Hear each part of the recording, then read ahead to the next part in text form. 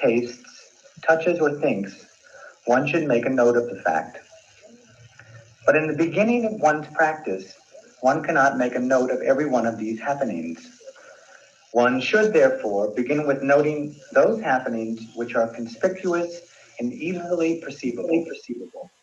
With every act of breathing, the abdomen rises. Movement is also. This is the material quality known as vayodhatu, or the element of motion. One should begin by noting this movement, which may be done by the mind intently observing the abdomen. You will find the abdomen rising when you breathe in and falling when you breathe out. The rising should be noted mentally as rising and the falling as falling. If the movement is not evident by just noting it mentally, keep touching the abdomen with the palm of your hand. Do not alter the manner of your breathing, neither slow it down nor make it faster. Do not breathe too vigorously either. You will tire if you change the manner of your breathing. Breathe steadily as usual and note the rising and falling of the abdomen as they occur. Note it mentally and not verbally. In Vipassana meditation, what you name or say doesn't matter. What really matters is to know or perceive. While noting the rising of the abdomen, do so from the beginning to the end of the movement, just as if you are seeing it with your eyes. Do the same with the falling movement. Note the rising movement in such a way that your awareness of it is concurrent with the movement itself. The movement and the mental awareness of it should coincide in the same way as a stone thrown hits the target. Similarly with the falling movement. Your mind may wander elsewhere while you are noting the abdominal movement. This must also be noted by mentally saying, wandering. When this has been noted once or twice, the mind stops wandering, in which case you go back to noting the rising and falling of the abdomen. If the mind reaches somewhere, notice reaching. Then go back to the rising and falling of the abdomen. If you imagine meeting somebody, notice meeting. Then back to the rising and falling. If you imagine meeting and talking to somebody, notice talking. In short, whatever thought or reflection occurs should be noted. If you imagine, notice imagining. If you think, thinking. If you plan, planning. If you perceive, perceiving. If you reflect, reflecting. If you feel happy, notice happy. If you feel bored, bored. If you feel glad, glad. If you feel disheartened, notice disheartened. Noting all these acts of consciousness is called in the Pali language Chittanupassana. Because we fail to note these acts of consciousness, we tend to identify them with a person or individual. We tend to think, I who is in the thinking, planning, knowing, or perceiving. We think that there is a person who, from childhood onwards, has been living and thinking. Actually, no such person exists. There are instead only these continuing and successive acts of consciousness. That is why we have to note these acts of consciousness and know them for what they are. That is why we have to note each and every act of consciousness as it arises and becomes evident. When so noted, it tends to disappear. We then go back to noting the rising and falling of the abdomen. When you have sat meditating for some period of time, sensations of stiffness and heat will arise in your body. These are to be noted carefully. Similarly with sensations of pain and tiredness. All of these sensations are called dukkha vedana, unsatisfaction. And noting them is vedananupassana. Failure or omission to note these sensations makes you think, I am stiff, or I am feeling hot, or I am in pain. I was all right a moment ago. Now I am uneasy with these unpleasant sensations. The identification with these sensations with the ego is mistaken. There is really no I involved, only a succession of one new unpleasant sensation after another.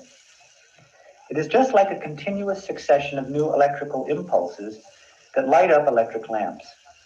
Every time unpleasant contacts are encountered in the body, unpleasant sensations arise one after another. These sensations should be carefully and intently noted, whether they are sensations of stiffness, of heat, or of pain. In the beginning of the yogi's meditational practice, these sensations may tend to increase and lead to a desire to change the posture. This desire should also be noted, after which time the yogi should go back to noting the sensations of stiffness, heat, etc. Patience leads to nibbana, as the saying goes. This saying is most relevant in meditational effort. One must be patient in meditation.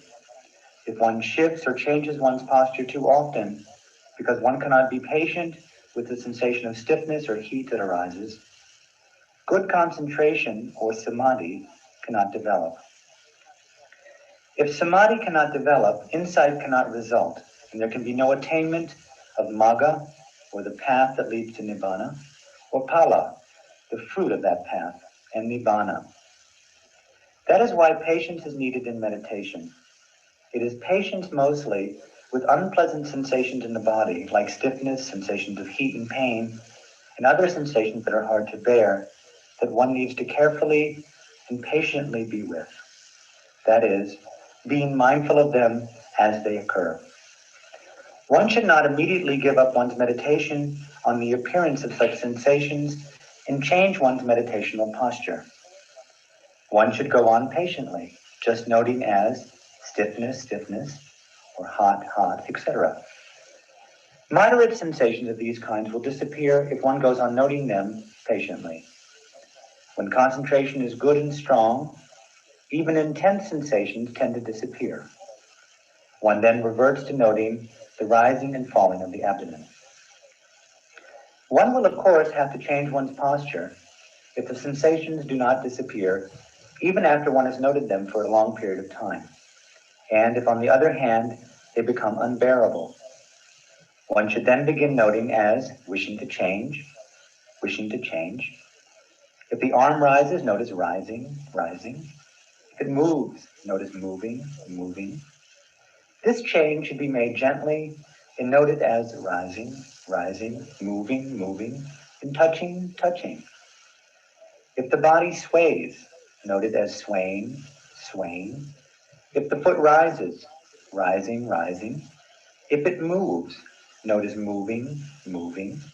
If it drops, dropping, dropping, dropping, dropping. If there is no change, static rest. Go back to noting the rising and falling of the abdomen.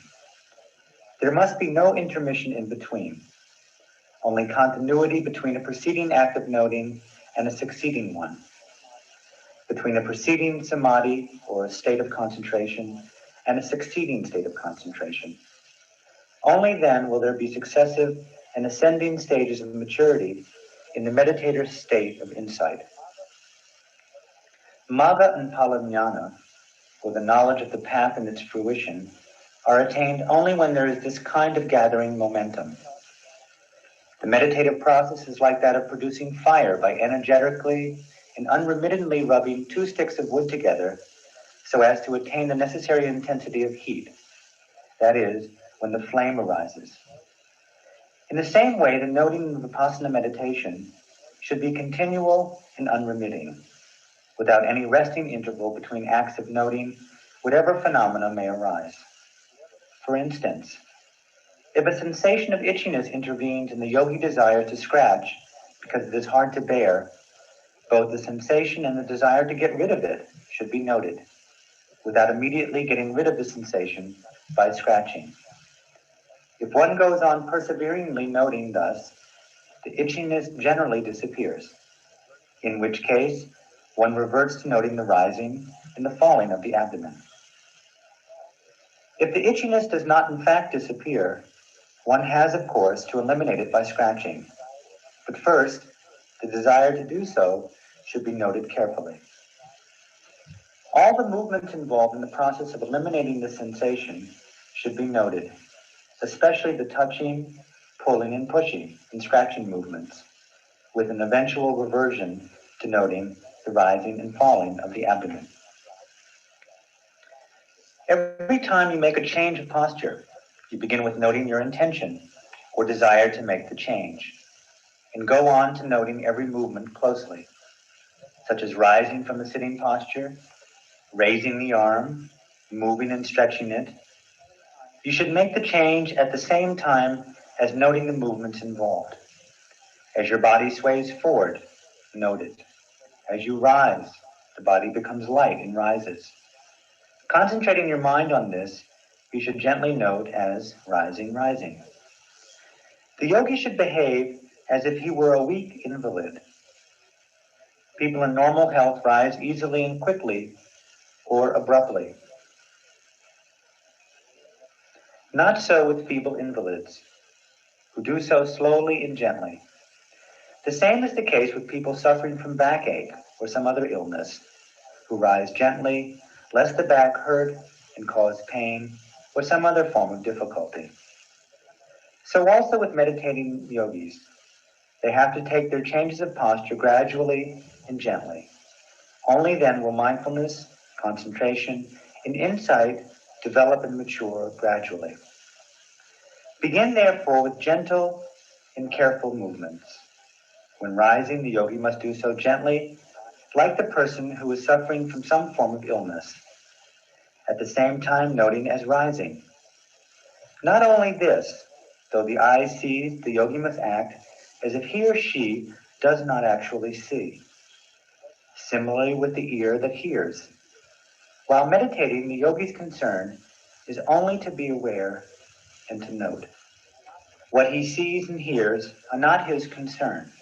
So whatever strange or striking things he may see or hear, he must behave as if he does not see or hear them, merely noting carefully.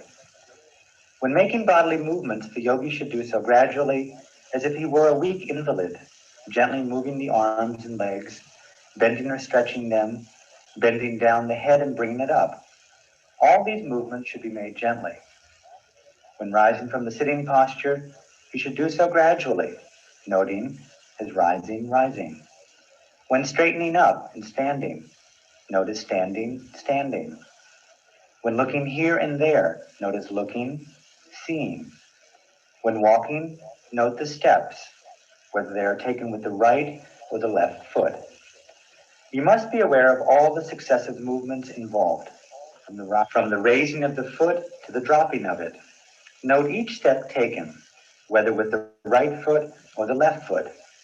This is the manner of noting when one walks fast.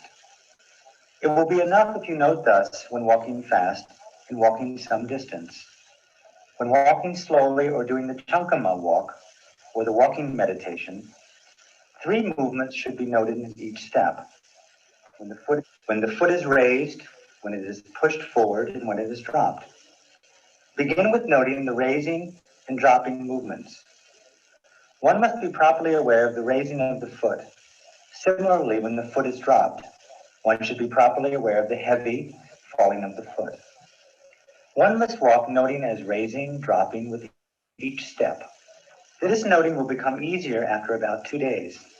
Then go on to noting the 3 movements as described above, as raising, pushing forward, and dropping. In the beginning, it will suffice to note 1 or 2 movements only. Thus, right step, left step, when walking fast, and raising, dropping when walking slowly. If when walking thus you want to sit down, note as wanting to sit down, wanting to sit down. When actually sitting down, note concentratedly the heavy falling of your body. When you are seated, note the movements involved in arranging your legs and arms.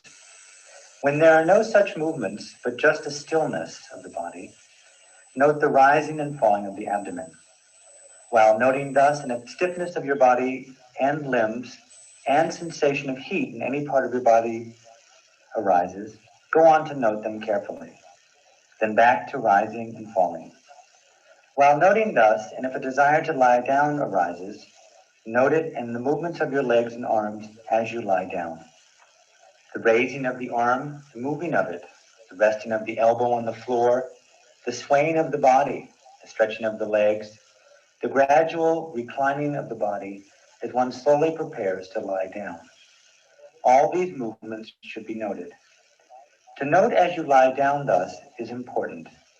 In the course of this movement, that is, while lying down, you can gain a distinctive knowledge, that is, Maganyana and Palanyana, or the knowledge of the path and its fruition.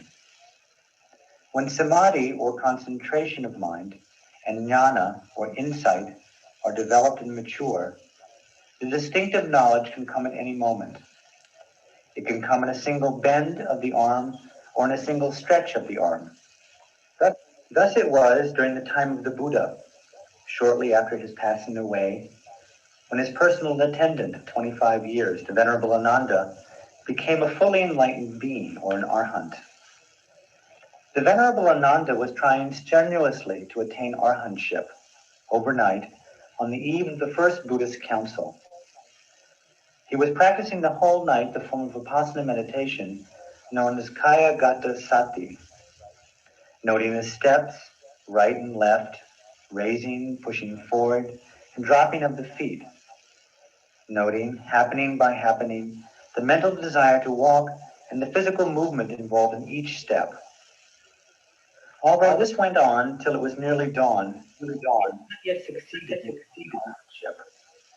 Realizing that he had practiced the walking meditation to excess, and that in order to balance his concentration, or samadhi, and his effort, or virya, he decided that he should practice meditation in the lying posture for a while.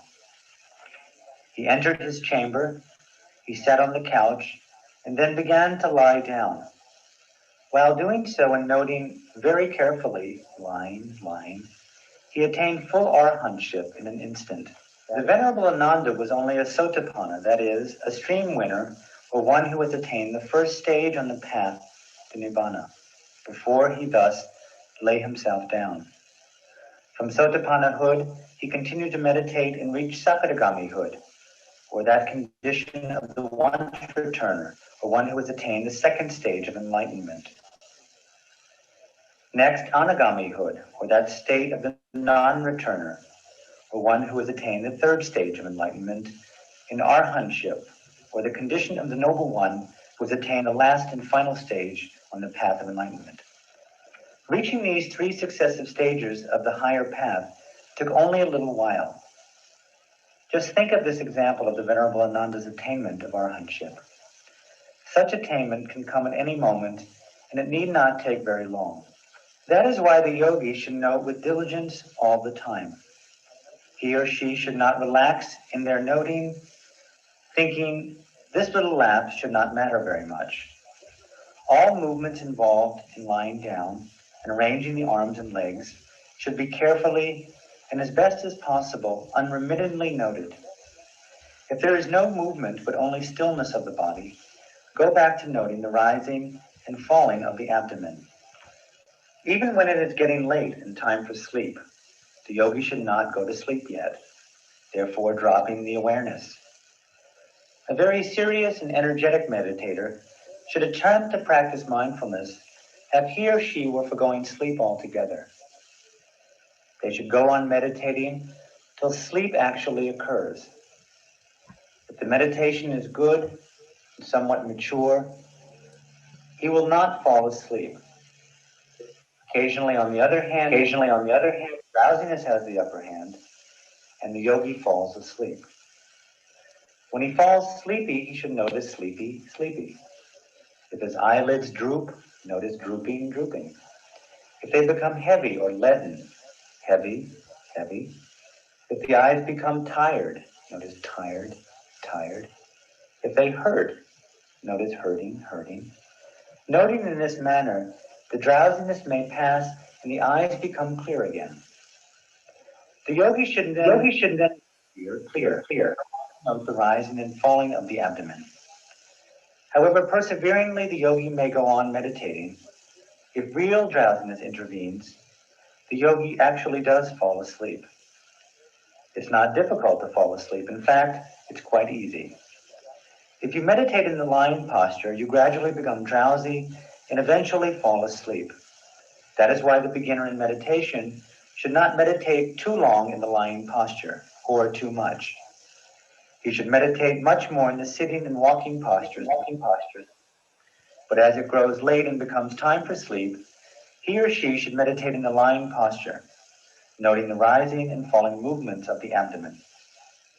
They will then naturally and automatically fall asleep. The time the yogi is able to sleep is the resting time for the meditator. But for the really serious yogi, they should attempt to limit their sleeping time to about 4 hours. This is the midnight time permitted by the Buddha. 4 hours sleep is quite enough in most cases. If the beginner in meditation thinks that 4 hours sleep is actually not sufficient for health, they may extend it to 5 or 6 hours. 6 hours sleep is clearly enough for most people's health. When the yogi awakens, he or she should at once resume noting. The yogi who is really bent on attaining enlightenment, that is, Magga and Palanjana, should rest from meditational effort only when there is sleep. At other times, in his or her waking moments, they should be noting continually and without rest, unremittedly noting, carefully as possible. That is why, as soon as one awakens, they should note the awakening state of this mind as awakening, awakening. If they cannot yet make themselves aware of this, they should begin noting the rising and the falling of the abdomen. If they intend to get up from the bed, they should note as intending to get up, intending to get up. They should then go back to noting the changing movements they make as they arrange their arms and legs. When they raise the head, note as raising or rising. When he is seated, note as sitting, sitting. If when changes appear, or movements, or the arrangements of the legs and arms, noting all these movements very carefully is extremely important. If there are no such changes, but only a sitting quietly, they should revert to noting the rising and the falling movements of the abdomen. One should also note when one washes one's face and when one takes a bath. As the movements involved in these acts are rather quick, as many of them should be noted as possible. There are then acts of dressing, of tidying up the bed, of opening and closing the door. All these should also be noted as closely as possible. When the yogi has their meal and looks at the meal table, they should note as looking, seeing, looking, seeing. When they extend their arm towards the food, when the touching occurs, collecting and arranging the food, handling it and bringing it to the mouth, the bending of the head, and putting the morsel of food into the mouth, dropping the arm, raising the head again. All these movements should be noted as carefully and as continuously as possible. This way of noting is in accordance with the Burmese way of taking a meal.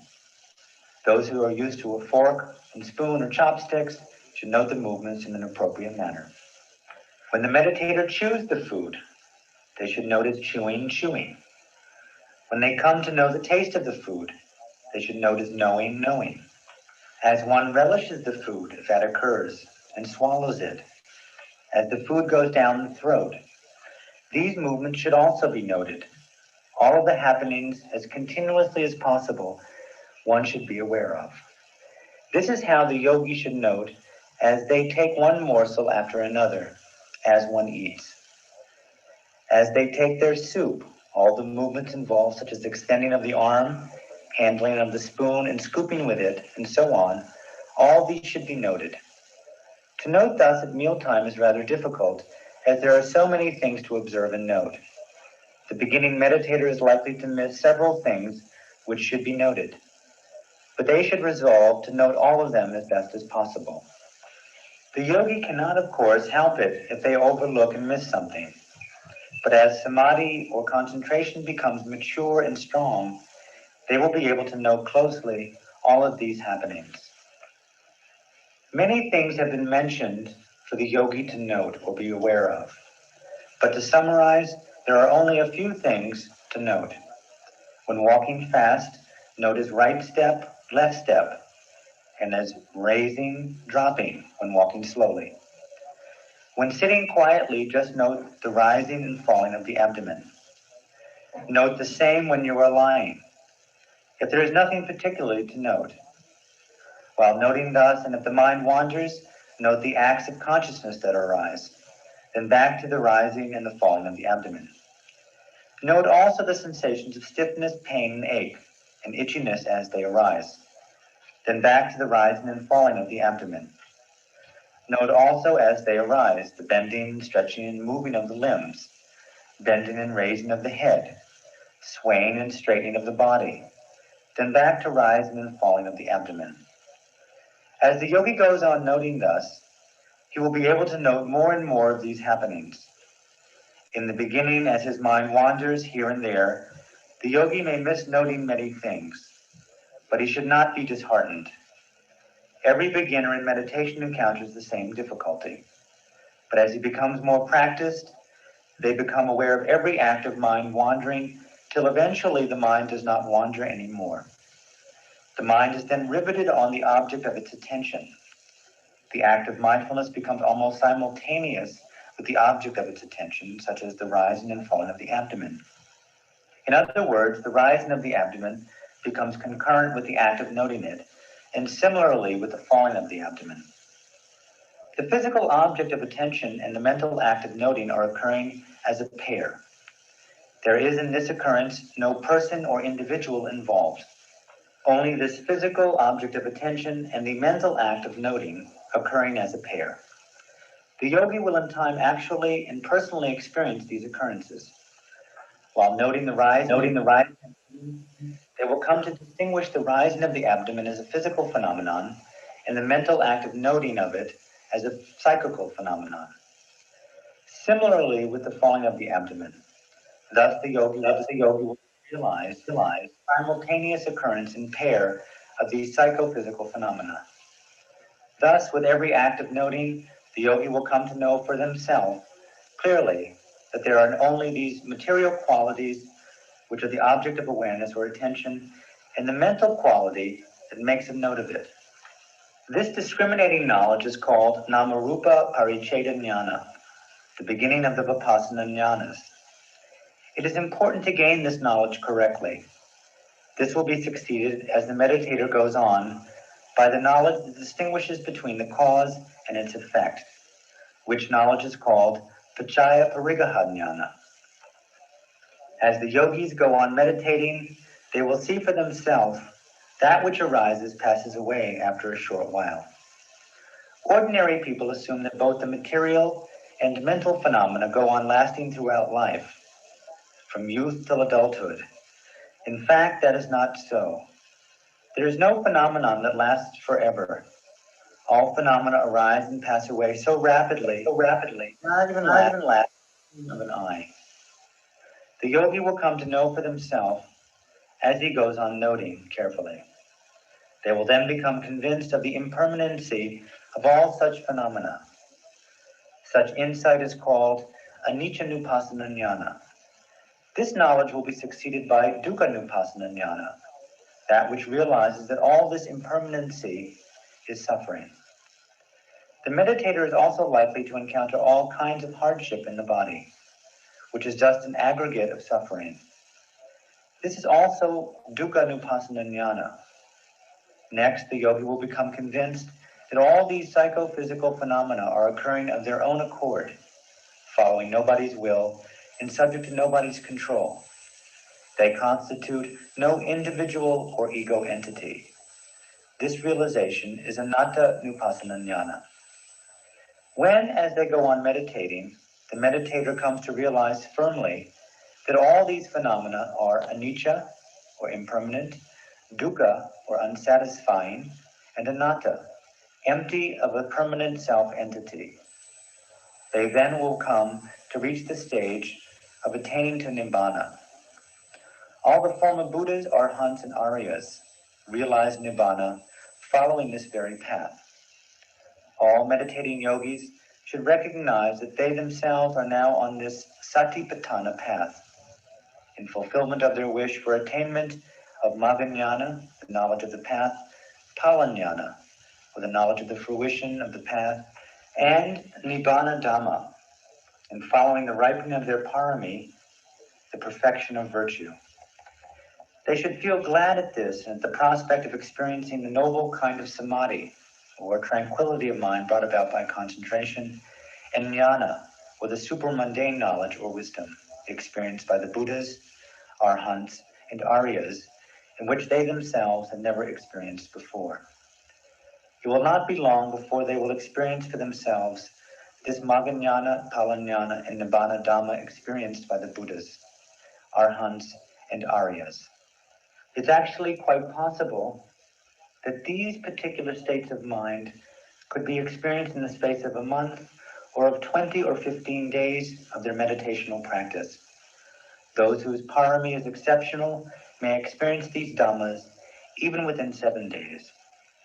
The yogi should therefore rest content in the faith that they will attain these dhammas in the time specified above, that they will be freed of sakya ditthi, or the belief in the ego or permanent self-entity, and vichikicha, or doubt or uncertainty, and saved from the danger of rebirth in the lower worlds of suffering.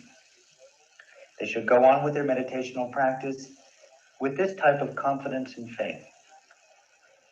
May you all be able to practice meditation well and quickly attain that nibbana which the Buddhas, Arhants, and Aryas have experienced.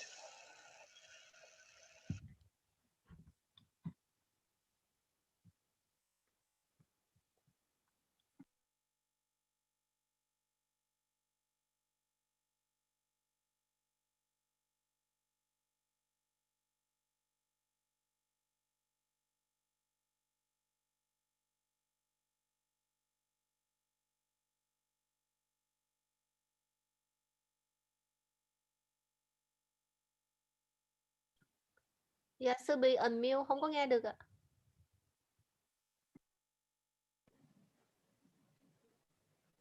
Yeah, what we have just heard is the original instruction from Mahasi Sayadaw. It was translated to English, and basically whenever yogi go to a meditation center in Burma, this is the first thing that they listen to. And after they listen to the instruction, then the center will give a little demonstration. So that's what we're gonna do here. Just summarize some of the main points from Sayadaw's instruction as we are attending a 7-day retreat guided by our Sayadaw Ji Kipapanyo Kimji. Beginning with the sitting meditations, we try to bring the mind back to the present moment. Be mindful of the present moment. Whether it's the breath in and out of the nose or the rising and falling movement at the abdomen. Because of the in breath, that's why there is the rising movement. Because of the out breath, there is the falling movement. So like Sayadaw Kipapanyo was saying yesterday, he said that either one is okay with him. It's just that he is more experienced with the rising and falling movement. So for us, in this retreat, if we can, try to see if we can aware of the rising and falling movement so that we can experience something new. In any case, when we sit down, it's important that we try to keep a straight posture. That means that our back is straight, our head is straight. With a straight posture, then our mind is active. And then at that moment, just relax the mind. Just breathe in, breathe out normally, relax the mind. And if we close our eye, then we direct our mind to the objects. We aim the mind to the objects with effort. So that means here we aim the mind to the abdomen and try to observe and note the rising movement and the falling movement at the abdomen. By directing our mind, then our mind will be at the object, on the objects, and we'll be able to see the objects. If at first, for some of the yogi who is new, you don't see the rising and falling movement, we can put our palms, the palm of our hand on top of the abdomen, and feel the movement itself. The movement, the tension, the vibrations, we can feel that with our palm of the hand. And once you can see it, then just note them mentally. Try to note them continuously and clearly. rising, falling, rising, falling. Try to see clearly from the beginning of the rising to the middle and the end of the rising. From the beginning of the falling to the middle and the end of the falling. By doing so, then our mind will stay on the object. Our mind will stay with the object. The mind will not be scattered. Even so, as we continue to note the rising and falling movement, sometimes sensation or feeling may arise. This is called Vedana. Sensations such as pain, itchiness, tingling sensations, pain, and so many different kind of sensation may arise. If they arise most prominent at the present moment, try to aware and note them as they are. Pain, pain, itchy, itchy, tingling, tingling, etc. And after noting them a few times, then we aim the mind back to our home objects, which is the rising and falling movement.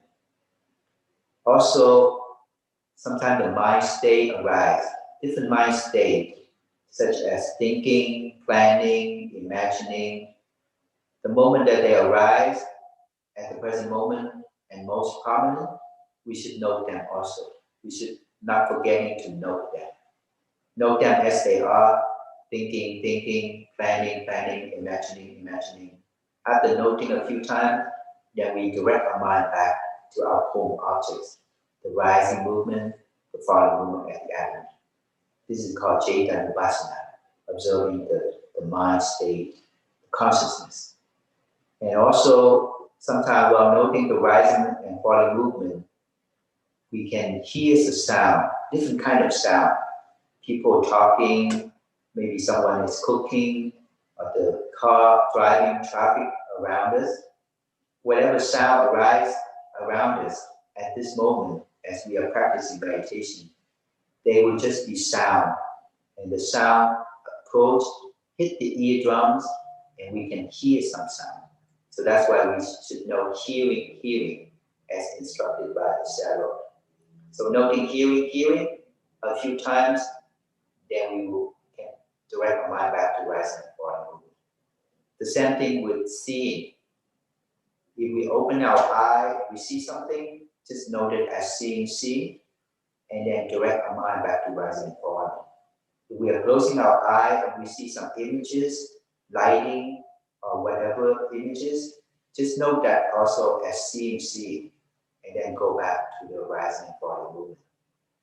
So this is our practice while we're sitting down. This is called Satipatthana or Vipassana, the fourth foundation of mindfulness, with the body, the feeling, the consciousness, and the Dhamma. And basically whatever arises at the present moment has to be noted. And after noting them a few times, then we direct our mind back to the primary object, our home object, which is, in this case, would be the rising movement and falling movement. If you are familiar with the breathe in and breathe out, this is fine also. But if you take your object as a rising and falling movement, and you're aware of the breathe in, breathe out, just note them, aware of them, breathe in, breathe out a few times, and then aim the mind back to the rising and falling. So in this case, we are practicing to see the rising and falling as they really are. So that is the sitting meditation in brief, as instructed by Mahasi Sayadaw. Other than sitting, we also have walking meditation. We are sitting 1 hour, but we also try to walk 1 hour in balance. While sitting, we can gain concentration. But if we do the walking meditation, then we develop more effort. These two should be balanced, the concentration and effort. And that's why most of the retreat, we see that there's a walking and sitting meditation. So now I will show a little bit how we do the walking meditation. If this is familiar with many of you, then this will be a review for all of us. For those who are new, this will be good for the beginning. So now we are sitting, but we want to stand up and do the walking meditation. So because we want to stand up, so we should know the intention. Wanting to stand up, wanting to stand up, wanting to stand up. Noting the intention is quite important. As Sayadaw Kipamanyo usually reminds us, the intention to rise, which is the cause, and the movement that follows, which is the effect. So those, as we noting this intention, we begin to see the cause and effect that comes. So after noting wanting to stand up, then we can stand up slowly as we can, so that the mind can follow the movement of the body. I will show you in brief.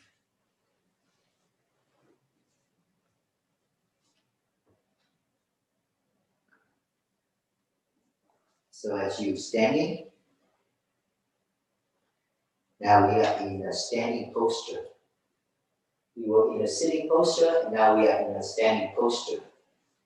During our practice, basically we have four main postures: sitting, standing, walking, and laying down. All posture we can practice mindfulness in whatever posture. So now standing, we should aware of standing. And noting standing, we can aware the 2 foot are touching the ground. There's a touching sensation. And then the whole weight is on the foot. And after that, then we are walking. We can go to a place where we can walk back and forth in a room or in a back yard where it is safe to do so. So for instance, now we're going there, there's a chanting, so we know chanting,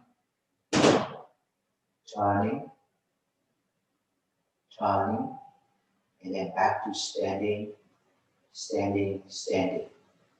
And then now we're gonna walk from one place to the end, so we start walking. With 1 hour of practice, we can divide into 3 sessions. The first 20 minutes, we can just know one step. Let the mind slowly develop. So just the first 20 minutes, just one step. Left step, right step, left step, right step. Put our mind on the foot. Now it's not on the abdomen, now the mind will be on the foot. Direct our mind to the foot and observing the movement. Right step, left step, right step, left step. So here, once I get to the end of the path, then I know standing. When walking, also try to keep our body straight, our back straight, our head straight.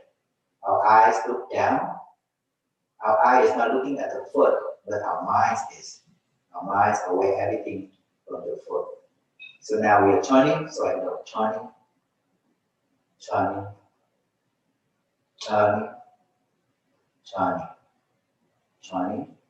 and standing.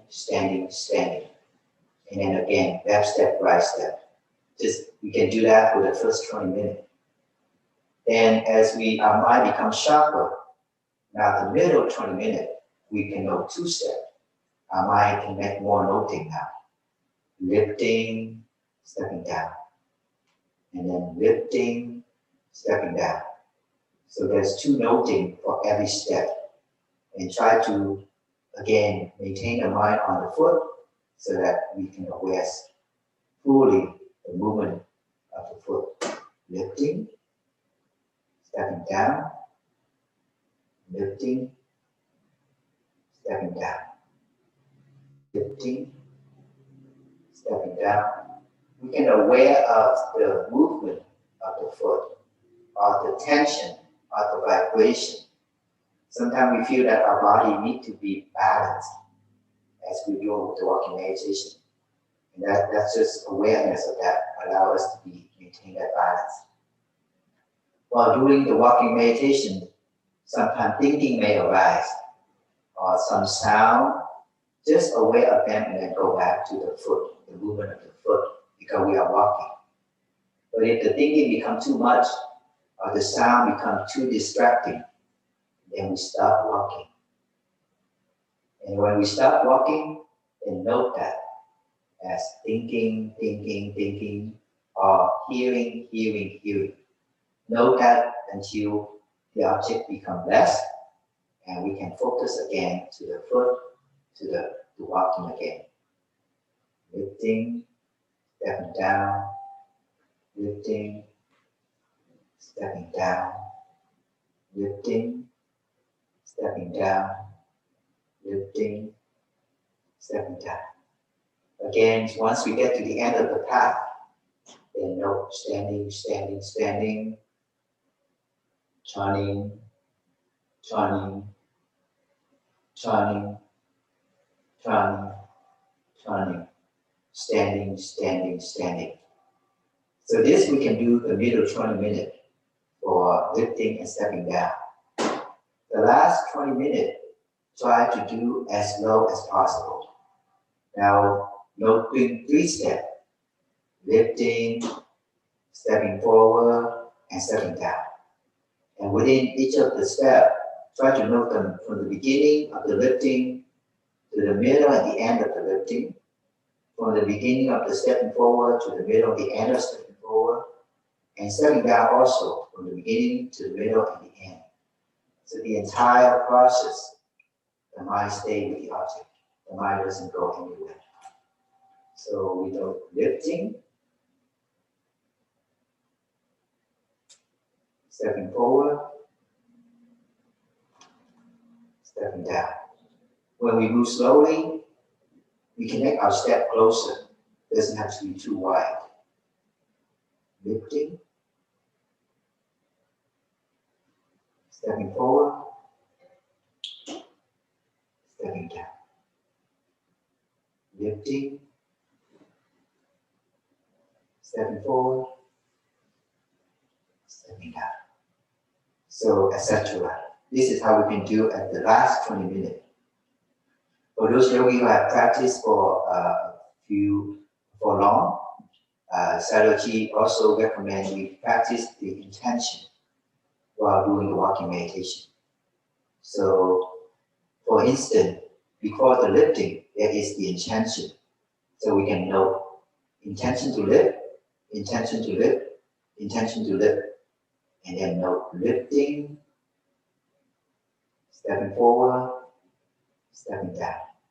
Intention to lift, intention to lift, intention to lift, and then lifting, stepping forward, stepping down. So that we add the intention to it. To every step there is the intention, and after the intention, then the movement itself. There's the cause, and then there's the effect.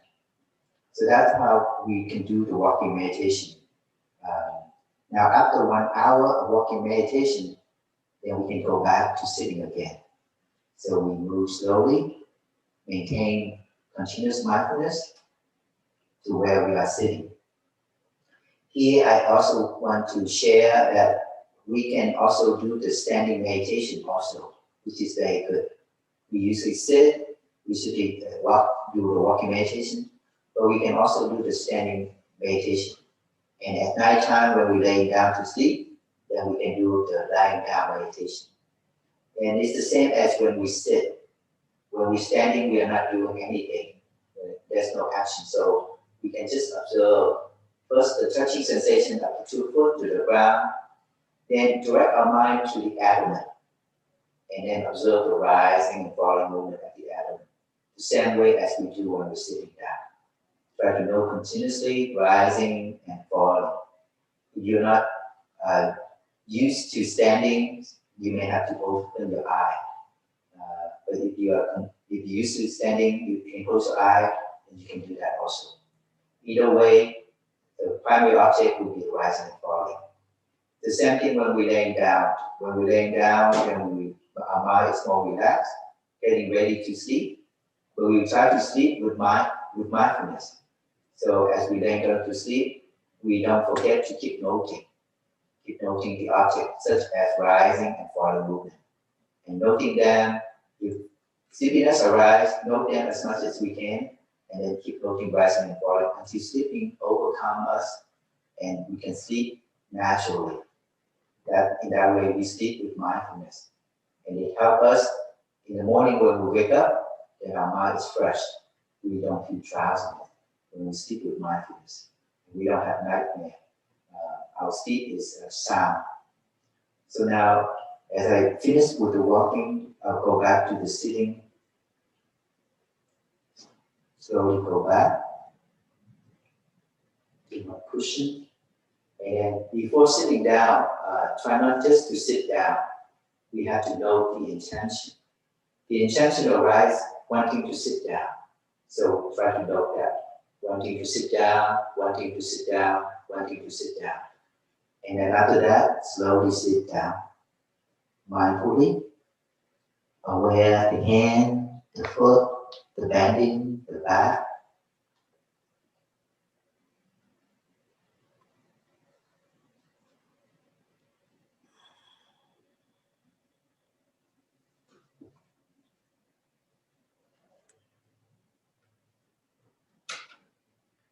Now when we are back to the sitting posture, then again aware of our posture.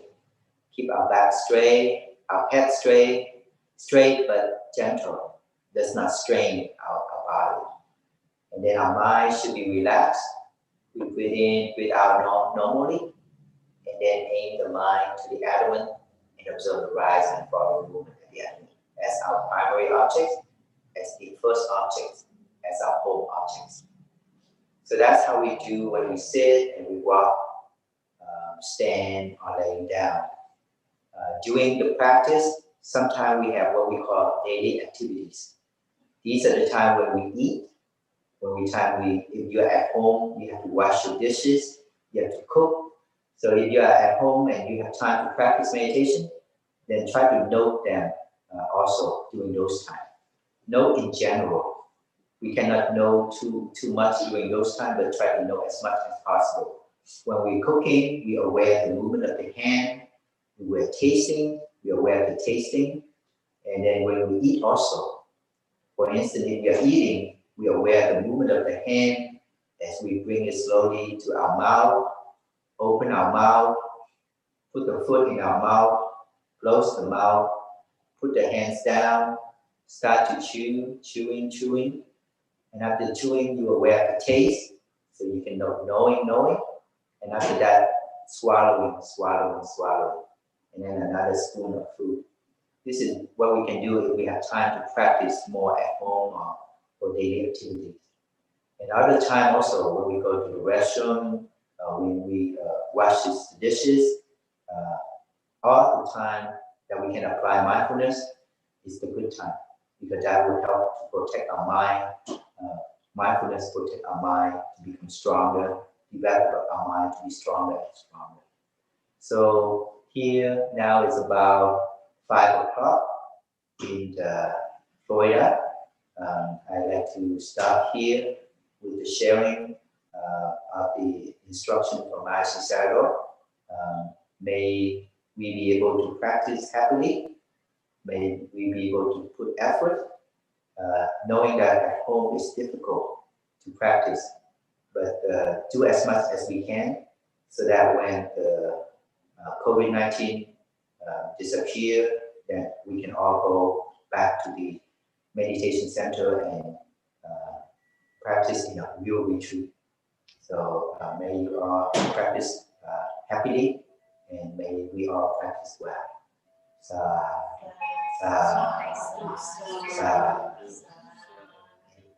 And again, if you have any questions, feel free to write to santistupa@gmail.com so that we can present it to our Sarachi Kipapanyo Kinju. And he, every night, every day, every 2 sessions, he will explain to us all the questions.